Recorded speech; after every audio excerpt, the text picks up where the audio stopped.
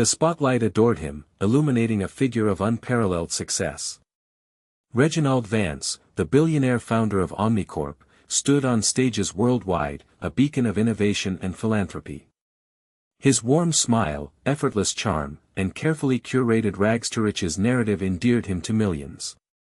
He was the quintessential modern titan, celebrated for revolutionizing industries and giving back to the community with equal fervor. Yet, beneath the polished veneer of public admiration and the staggering wealth that secured his untouchable status, a whisper began to stir, a discordant note in the symphony of his triumph. It hinted at something far darker, a foundation built not on genius and hard work, but on a vast, intricate deception. This is the story of how that gilded cage would eventually shatter, revealing the rot within. Please subscribe to the channel for more stories like this. Julian Thorne, a name whispered with both respect and a touch of pity in journalistic circles, lived a life far removed from Vance's glittering world. A brilliant investigative journalist, Julian was driven by a searing, personal sense of justice, honed by a past professional failure that had cost him dearly. He inhabited a modest apartment filled with dog-eared books and lukewarm coffee, his days spent sifting through the digital detritus of human ambition and greed. The opulence he often reported on felt like a distant, alien planet. His commitment was not to fame or fortune, but to the often uncomfortable truth, however elusive. One rain-slicked Tuesday, an anonymous email landed in Julian's inbox. The subject line was nondescript, regarding Omnicorp. The body contained a cryptic jumble of dates, figures, and abstract references to financial irregularities and creative accounting. It was vague, almost intentionally so, designed to pique curiosity without revealing too much. The sender claimed Omnicorp's meteoric rise was, in essence, a house of cards. His first instinct was to dismiss it. Omnicorp, under Reginald Vance's impeccable leadership, was a global powerhouse, seemingly beyond reproach. Vance, with his slick media appearances and philanthropic endeavors, was universally admired, a self-made icon whose story was practically canonized in business schools. Yet, a tiny, almost imperceptible detail in the anonymous tip snagged Julian's mind. A reference to a subsidiary acquisition from nearly 2 decades ago, one that had been quietly folded into Omnicorp's vast empire and rarely mentioned again.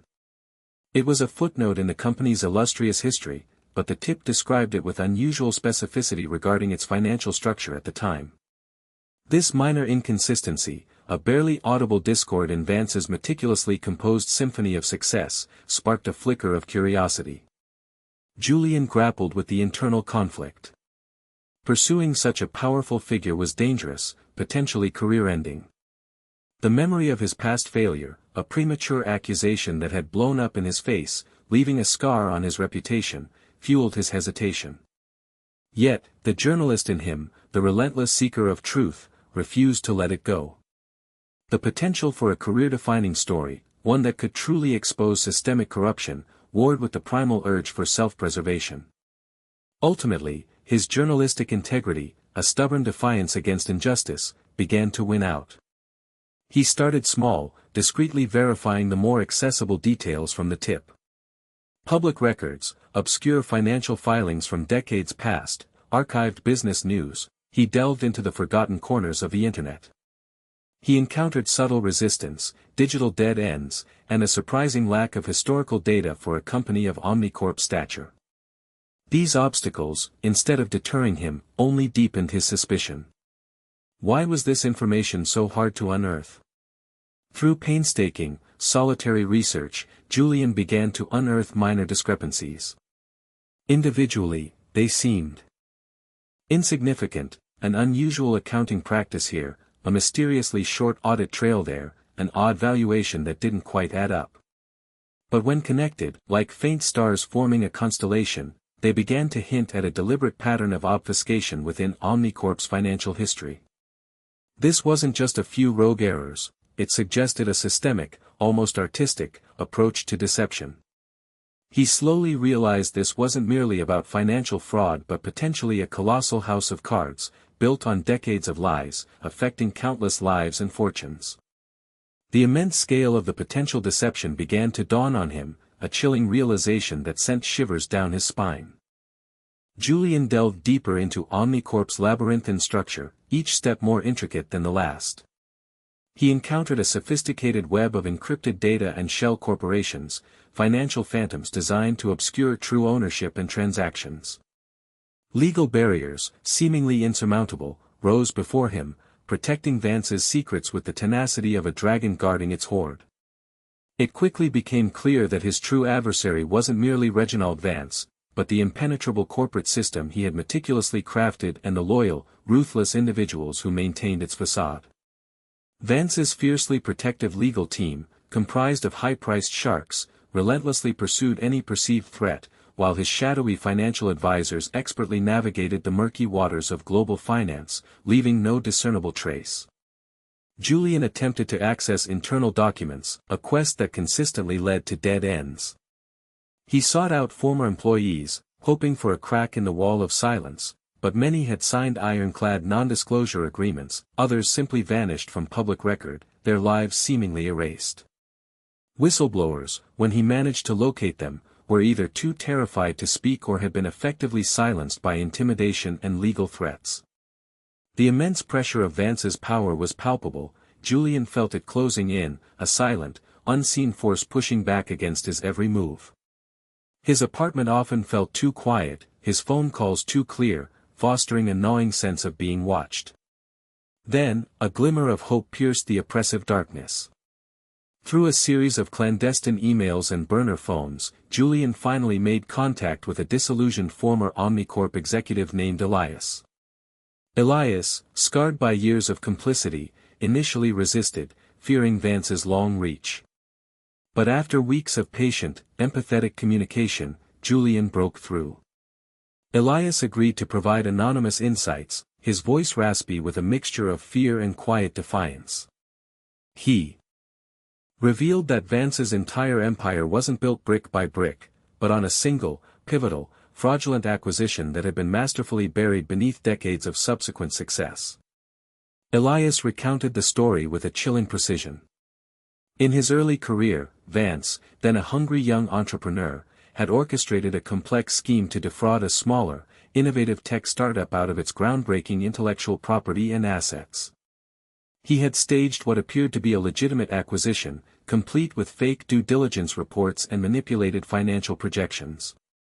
The startup, desperate for funding, had unknowingly signed away its future, their trust systematically betrayed. This act, Elias explained, was the cornerstone of Vance's vast wealth, the original sin from which all his subsequent billions flowed. It wasn't an isolated incident, it was the blueprint. The magnitude of this lie, and the personal risks Julian was now taking, weighed heavily on him. He experienced moments of profound doubt, a cold fear clutching at his gut. Was he truly equipped to take down such a titan? Yet, the sheer injustice of it all, the countless lives unknowingly impacted by Vance's greed, solidified his resolve. He couldn't turn back now. Together, Julian and Elias began to meticulously piece together the grand scheme. Vance had systematically expanded his initial fraud, using similar deceptive practices to acquire other promising companies, inflate asset values through dubious accounting, and manipulate markets with insider trading, all while maintaining a pristine public image of integrity and philanthropic generosity. Each charitable donation, each smiling photo op, was a calculated distraction, a layer added to the gilded cage that hid his true monstrosity. One evening, Julian returned to his apartment to find his front door ever so slightly ajar. Nothing appeared to be missing, but a faint, unfamiliar scent lingered in the air, a metallic tang that spoke of intrusion. His files remained undisturbed, yet the message was clear, a warning shot fired across his bow. This confirmed the severity of his investigation and the lengths Vance would go to protect his secrets. He was no longer just an anonymous threat, he was in Vance's sights. Amidst this rising tension, Elias provided Julian with the final, crucial piece of the puzzle, a series of encrypted internal emails and a coded ledger. These weren't mere suggestions or circumstantial evidence, they were direct, unassailable proof, explicitly implicating Vance in the original fraudulent acquisition and the subsequent decades of systematic cover-ups. The billion-dollar lie wasn't just a theory anymore, it was a documented fact, waiting for the world to see. The moment of truth arrived, a culmination of tireless nights and simmering dread. Julian, fortified by Elias's bravery and the irrefutable evidence, prepared for the expose. He understood that releasing such explosive information required strategic precision. He didn't just hit publish on a blog, he orchestrated a coordinated strike, simultaneously delivering his meticulously compiled dossier to several major news organizations and regulatory bodies across different continents. This multi-pronged attack was his shield, ensuring that no single point of failure, no threatened editor or silenced whistleblower, could bury the truth again. The tension was a palpable weight in his chest, a mixture of fear and grim satisfaction, as he awaited the inevitable explosion. Then, the world shattered. The headlines erupted, first as whispers, then as roars across every major news outlet. "Billionaire Vance's empire built on lies," screamed one. "Omnicorp, a fraud from its foundations," declared another. Reginald Vance's carefully cultivated image, the paragon of self-made success and philanthropic integrity, crumbled into dust in a single, devastating news cycle. The public's reaction was immediate and visceral. Initial disbelief morphed into outrage as the sheer audacity and scale of Vance's decades-long deception became clear. Social media buzzed with fury, financial markets reeled, and Omnicorp stock plummeted like a stone. Vance, a cornered animal, launched a desperate, furious counter-campaign. His legal teams issued threats of defamation lawsuits against Julian and every publication that dared to print the story. Public relations strategists flooded airwaves with denials, attempting to paint Julian as a disgruntled sensationalist driven by envy, his evidence fabricated and baseless. But it was a futile struggle against an insurmountable tide of truth. Julian had anticipated these moves, his evidence was too thoroughly vetted, too meticulously sourced, for mere bluster. To dismantle. The documents, the authenticated emails, the financial records, they spoke for themselves, stark and undeniable. Then came the true turning point, the moment the dam fully broke. Emboldened by Julian's expose and facing the looming specter of legal action themselves, key figures within Omnicorp, those who had long turned a blind eye or been complicit under duress, began to step forward. They corroborated Julian's findings, providing their own internal documents, their own eyewitness accounts, their own testimonies of Vance's ruthless tactics and systemic fraud. Elias, no longer anonymous, publicly revealed himself, his testimony the final, crushing blow. He detailed the founding deception, the initial fraudulent acquisition that had served as the rotten cornerstone of Vance's entire empire, his voice unwavering as he laid bare the billionaire's intricate web of lies. The house of cards, so elaborately constructed and skillfully maintained, collapsed with sickening finality. Regulatory bodies across the globe initiated sweeping investigations. Omnicorp stock became essentially worthless, its assets frozen, its operations grinding to a halt. The full, horrifying extent of Vance's deception, the manipulated markets, the inflated asset values, the countless victims of his cunning, was laid bare for the world to see, a chilling testament to unchecked ambition.